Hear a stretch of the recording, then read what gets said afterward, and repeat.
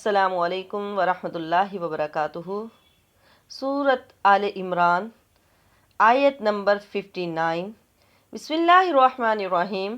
انا بے شک مثال عیسیٰ علیہ السلام کی عند اللہ کے نزدیک کا مثال جیسا کہ مثال آدم علیہ السلام جیسی ہے۔ خلقہ پیدا کیا اس کو من تراب مٹی سے، ثم پھر قالا کہا لہو اس کے لیے کن ہو جا، فیکون پس وہ ہو گیا۔ انا مثل عیسیٰ عند اللہ بے شک اللہ کے نزدیک عیسیٰ علیہ السلام کی مثال حضرت آدم علیہ السلام جیسی ہے۔ اسے اللہ تعالیٰ نے مٹی سے پیدا کیا، پھر کہا کہ ہو جاؤ تو وہ ہو گیا۔ اب جب وفد نجران جو نبی کریم صلی اللہ علیہ وسلم کے پاس آیا تھا اور حضرت عیسیٰ علیہ السلام کے اللہ کا بیٹا ہونے پر بحث کر رہے تھے اور یہ دلیل بنا رہے تھے کہ وہ بغیر باپ کے پیدا ہوئے ہیں، تو اس آیت میں اللہ تعالیٰ نے یہ تردید فرمائی کہ اگر بغیر باپ کے پیدا ہونا اللہ کا بیٹا ہونے کی دلیل ہو سکتا ہے تو حضرت آدم علیہ السلام جو ماں باپ دونوں کے بغیر پیدا ہوئے ہیں تو وہ تو زیادہ حقدار ہے اللہ کا بیٹا کہلوانے کے۔ لیکن نہیں، مگر یہ عقیدہ بالکل غلط ہے۔ اصل میں اللہ نے حضرت آدم علیہ السلام کی طرح حضرت عیسیٰ علیہ السلام کو بھی کلمہ کن سے پیدا کیا ہے،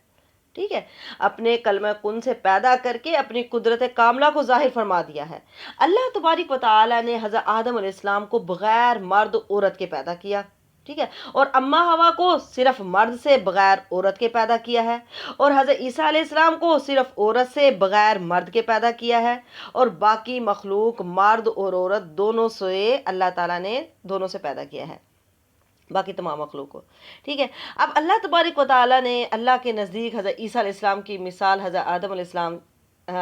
السلام جیسی ہے، اور عجیب بات تو یہ ہے کہ پورے قرآن پاک میں حضرت عیسیٰ علیہ السلام کا لفظ 25 مرتبہ آیا ہے اور حضرت آدم علیہ السلام کا لفظ بھی 25 مرتبہ ہی آیا ہے، سبحان اللہ، ٹھیک ہے۔ تو اللہ کے نزدیک حضرت عیسیٰ علیہ السلام کی مثال حضرت آدم علیہ السلام جیسی ہے۔ اللہ تعالیٰ نے انہیں مٹی سے پیدا کیا تو ان کے لیے کہا کن ہو جا، فیکن پس وہ ہو گئے۔ اسی طرح ہی کلمہ کن سے حضرت عیسیٰ علیہ السلام کی بھی پیدائش ہوئی، تخلیق ہوئی۔ آگے فرمایا الحق یہ حق من ربک، آپ کے رب کی طرف سے، فلا تکن پس نہ ہو من الممترین، شک کرنے والوں میں سے۔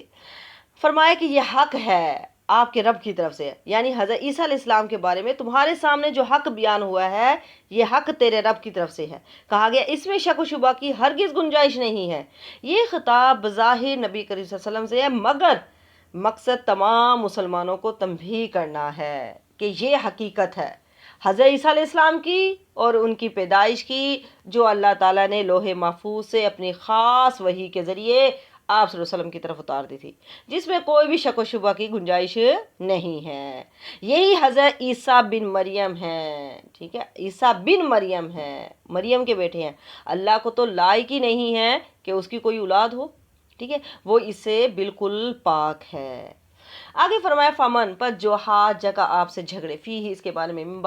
بعد میں، ما جا کا جب آ گیا، من العلم علم سے، فقل پس آپ کہہ دیں، تعالو تم آؤ، ندعو ہم بلائیں، ابنانا اپنے بیٹے، و ابناکم اور تمہارے بیٹے،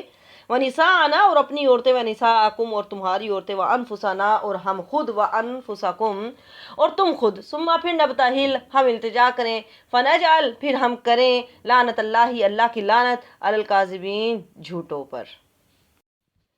فمن حاجک فیہ من بعد ما جاءک من العلم، یعنی جو آپ صلی اللہ علیہ وسلم سے اس بارے میں جھگڑے کہ اس کے بعد جب کہ آپ صلی اللہ علیہ وسلم کے پاس علم آ گیا تو آپ کہہ دو آؤ ہم بلائیں اپنے بیٹے اور تمہارے بیٹوں کو، یعنی وہی ہے جو وفد نجران آپ صلی اللہ علیہ وسلم کے پاس آیا تھا اور حضرت عیسیٰ علیہ السلام کے بارے میں جو غلط عقائد وہ رکھتے تھے اس کے بارے میں آپ صلی اللہ علیہ وسلم سے بحث کرنے لگے، تو آخر میں اللہ تعالیٰ نے یہ آیت نازل فرما دی، تو آپ صلی اللہ علیہ وسلم نے انہیں مباہلہ کی دعوت دی۔ اب سورت کے شروع سے لے کر یہاں تک اللہ تعالیٰ کی توحید، حضرت عیسیٰ علیہ السلام کی ولادت کا بیان اور ان کا اللہ یا اللہ کا بیٹا نہ ہونا، اس کے بارے میں زبردست علمی دلائل بیان کیے گئے ہیں، ٹھیک ہے۔ اب حکم ہوا جو شخص اتنے واضح دلائل کے بعد بھی نہ مانے تو ان سے بحث کرنے کا کوئی فائدہ نہیں ہے، پھر انہیں مباہلہ کی دعوت دو، ٹھیک ہے۔ اللہ تعالیٰ نے یہ آیت نازل کی، انہیں مباہلہ کی دعوت دو، یہ آیت مباہلہ کہلاتی ہے۔ اب مباہلہ کیا ہے؟ مباہلہ کا کیا معنی ہے؟ مباہلہ کے معنی ہے دو فریقہ ایک دوسرے پر لعنت یعنی بد دعا کرنا، ٹھیک ہے۔ مطلب یہ ہے کہ جب دو فریقوں میں کسی معاملے میں حق و باطل ہونے کے بارے میں اختلاف ہو اور دلائل سے وہ ختم ہوتا نظر نہ آئے تو دونوں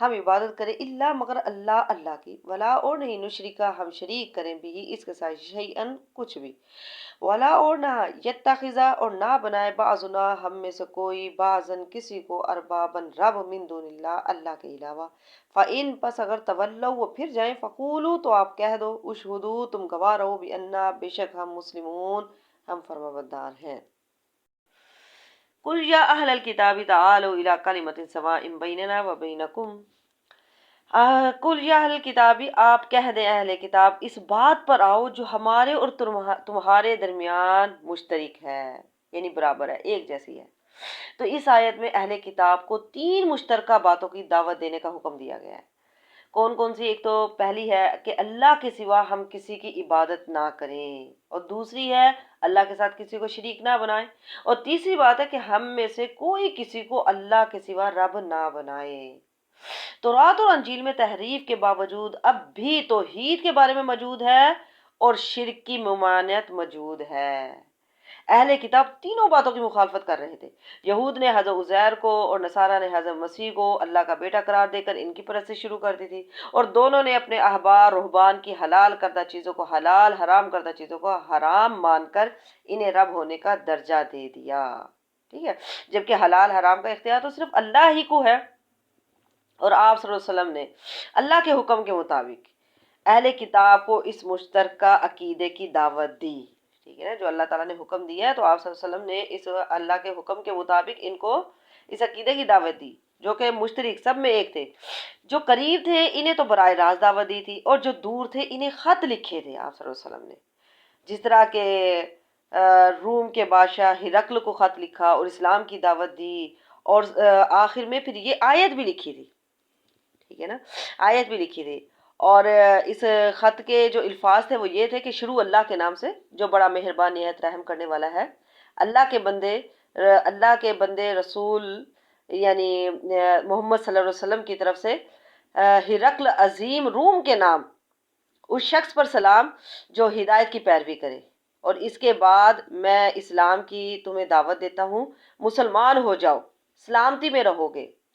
ٹھیک ہے، مسلمان ہو جاؤ سلامتی میں رہو گے، اور اللہ تمہیں دوہرا اجر عطا کرے گا، اور اگر تم نے روگردانی کی تو تیری رعایا کا بھی تجھ پر گناہ ہوگا۔ اور آخر میں پھر یہی آیت آپ صلی اللہ علیہ وسلم نے لکھی، ٹھیک ہے نا، آپ اللہ تعالیٰ نے حکم دیا تھا، تو آپ صلی اللہ علیہ وسلم نے اپنے اللہ تعالیٰ کے حکم کے مطابق سب کو دعوت دی، ٹھیک ہے، کہ آپ کہہ دیں اہل کتاب اس بات پر آؤ جو ہمارے اور تمہارے درمیان مشترک ہے، ہمارے اور تمہارے درمیان برابر ہے۔ وہ کون سی؟ یعنی توحید، کیونکہ ہر نبی نے ہی توحید کی دعوت دی تھی، ہر نبی نے توحید کی دعوت دی، جس طرح کہ حضرت ابن عباس کہتے ہیں کہ جب آپ صلی اللہ علیہ وسلم نے معاذ بن جبل کو یمن کی طرف بھیجا تو آپ صلی اللہ علیہ وسلم نے فرمایا کہ تم اہل کتاب میں سے ایک قوم کی طرف جا رہے ہو تو سب سے پہلے انہیں توحید کی دعوت دینا، ٹھیک ہے نا، توحید کی دعوت دینا، اللہ کو ایک مانے کیونکہ اس کے بغیر عبادت قبول نہیں، اور پھر بتانا کہ دن میں 5 نمازیں فرض کی، پھر زکوٰۃ امیروں سے لینا اور غریبوں کو دینا، اور لوگوں کے عمدہ مال لینے سے پرہیز کرنا، ٹھیک ہے، تو اس میں بھی سب سے پہلے توحید کی دعوت دی، ہر نبی نے توحید کی دعوت دی، اور دین کی دعوت میں سب سے پہلے توحید کی طرف بلانا چاہیے، ٹھیک ہے، تو کہا کہ اس بات کی طرف آؤ جو ہمارے تمہارے درمیان برابر ہے کہ ہم اللہ تعالیٰ کی عبادت کریں اور اس کے ساتھ کسی کو شریک نہ ٹھہرائیں، اور تیسری بات ہے نہ بنائیں ہم میں سے کوئی بھی کسی کو اللہ کے علاوہ رب نہ بنائیں۔ کس طرح؟ جس طرح کہ حاتم طائی کے بیٹے عدی بن حاتم وہ ایمان لائے اور عیسائی تھے، نبی صلی اللہ علیہ وسلم کے پاس آتے ہیں اور کہتے ہیں کہ اللہ تعالیٰ فرماتا ہے کہ ہم نے اللہ کے سوا کسی اور کو رب بنا لیا ہے، یہ بات سمجھ میں نہیں آئی، ہم نے تو کسی کو بھی رب نہیں بنایا۔ آپ صلی اللہ علیہ وسلم نے فرمایا کیا تم نے اپنے پادریوں کے یعنی احبار جو رہبان ہیں ان کے کہنے سے جو وہ حلال کہتے ہیں اس کو حلال سمجھتے ہو، جو وہ حرام کہتے ہیں اس کو حرام سمجھتے ہو، جس کو وہ جائز کرتے ہیں ناجائز کہتے ہیں، تو ان کے کہنے سے ہی جائز ناجائز سمجھتے ہو، تو یہی رب ماننا ہے، کیونکہ یہ حق حلال حرام کا حق جو ہے وہ صرف اللہ تعالیٰ کو ہی ہے، ٹھیک ہے، فَإِن تَوَلَّوْا فَقُولُوا اشْهَدُوا، اور اگر وہ منہ موڑ لے پھر جائیں تو تم گواہ رہو کہ ہم فرما بردار ہیں، ہم مسلمان ہیں. یعنی اگر اہل کتاب اس عقیدے کے ماننے سے انحراف کرتے ہیں، منہ موڑ لیتے ہیں، روگردانی کرتے ہیں، اس عقیدے پر نہیں آتے ہیں، تو تم اپنی طرف سے اس عقیدے پر قائم رہنے کا اعلان کر دو کہ ہم تو اسی پر ہی قائم ہیں، ہم ایک اللہ کو ہی مانتے ہیں، ہم اللہ کے سوا کسی کو شریک، اللہ کے ساتھ کسی کو شریک نہیں ٹھہراتے، اور نہ ہی ہم اللہ کے علاوہ کسی کو رب مانتے ہیں. ٹھیک ہے نا. تو تم اپنے اس عقیدے پر رہنے کا اعلان کر دو، تم گواہ رہو بھی انا مسلمون، بے شک ہم اس کے فرما بردار ہیں، ہم اسی عقیدے کے ماننے والے ہیں. آگے فرمایا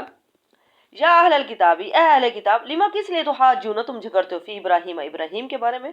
وما اور نہیں، انزلت التورات، نازل کی گئی تورات، والانجیل اور انجیل، الا مگر من بعد، اس کے بعد، افلا تعقلون، کیا تم عقل نہیں رکھتے ہو. یا اہل الکتاب لما تحاجون، اے اہل کتاب تم ابراہیم علیہ السلام کے بارے میں کیوں جھگڑتے ہو. اب یہود جو تھے وہ حضرت ابراہیم علیہ السلام کے یہودی ہونے کے دعوے دار تھے، وہ کہتے تھے کہ حضرت ابراہیم علیہ السلام یہودی تھے. نصارہ جو تھے ان کے نصرانی ہونے کے دعوے دار تھے، وہ کہتے تھے کہ حضرت ابراہیم علیہ السلام جو تھے وہ نصرانی تھے. یہودی اور عیسائی دونوں یہ دعویٰ کرتے تھے کہ حضرت ابراہیم علیہ السلام ان کے دین پر تھے. ٹھیک ہے. اور یہ بات ایسی تھی کہ یہ بالکل واضح طور پر غلط تھی. حضرت ابراہیم علیہ السلام کا زمانہ حضرت موسیٰ علیہ السلام سے ہزاروں برس پہلے کا ہے، اور یہ تورات و انجیل ان کے بہت بعد نازل ہوئی، تو وہ یہودی یا نصرانی کیسے ہوئے؟ کہتے ہیں کہ حضرت ابراہیم علیہ السلام اور موسیٰ علیہ السلام کے درمیان 1000 سال کا، اور حضرت ابراہیم علیہ السلام حضرت عیسیٰ علیہ السلام کے درمیان 2000 سال کا فاصلہ تھا. تو پھر ان سے کہا جا رہا ہے کہ تم پھر کیوں جھگڑ رہے ہو اس بارے میں. ٹھیک ہے نا. افلا تعقلون، تم کیا عقل نہیں رکھتے ہو، یعنی کیا تم اتنی موٹی بات سمجھنے کی بھی عقل نہیں رکھتے ہو جو تم اس بارے میں حضرت ابراہیم علیہ السلام کے بارے میں جھگڑا کر رہے ہو.